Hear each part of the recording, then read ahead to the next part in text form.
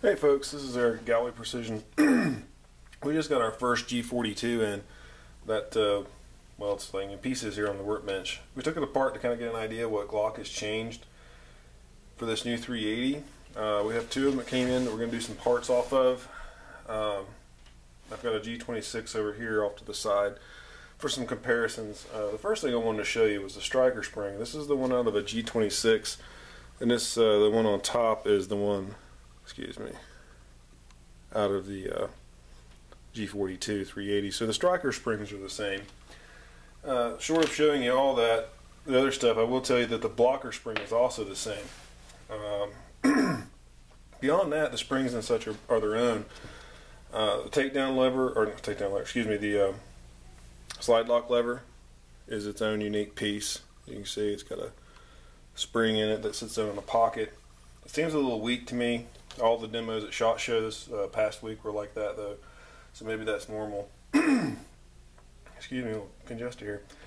The big differences are going to be in the fire control group compared to what we're used to seeing in a Glock. So there you go. You can see how much shorter that G42 is. Same setup, just somewhere around, you know, 1/4 inch, 5/16 shorter. The fire control group and the actual block that comes out is completely different. So you can see the coil spring here that's typical in the Glock has been replaced with a sliding bar. There's just a traditional coil spring underneath it that creates your load. Otherwise they're basically the same. For the operations, the trigger bar is the same, just narrower and a little shorter. Just kind of give you a reference in size. There's your G26 directly next to the G42. Much thinner, it's a little shorter. Not dramatically different though. Your slides, of course this is a heavily modified G26. This is not your typical unit that you're going to find.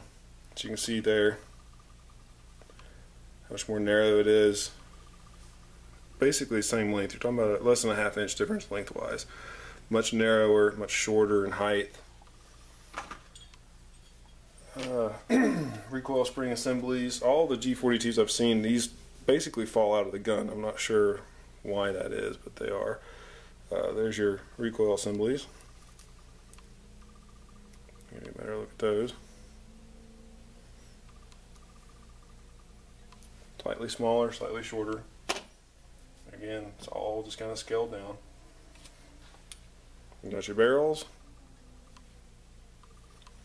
380, lower pressure. Size is smaller, of course.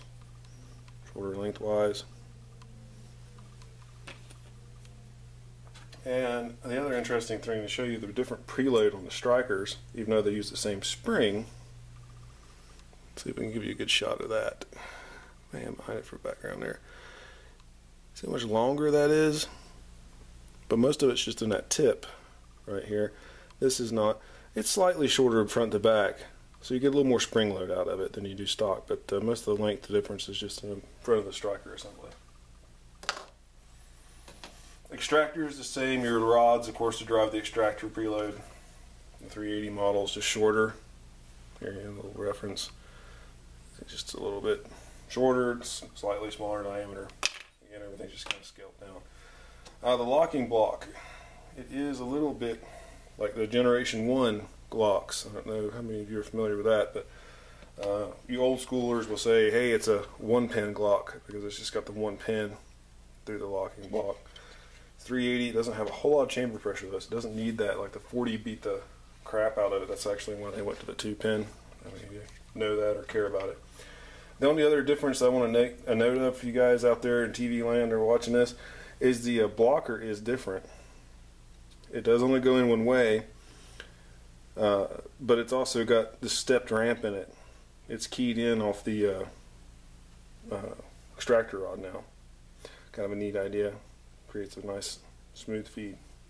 So anyway, that's sort of a jump into it type thing.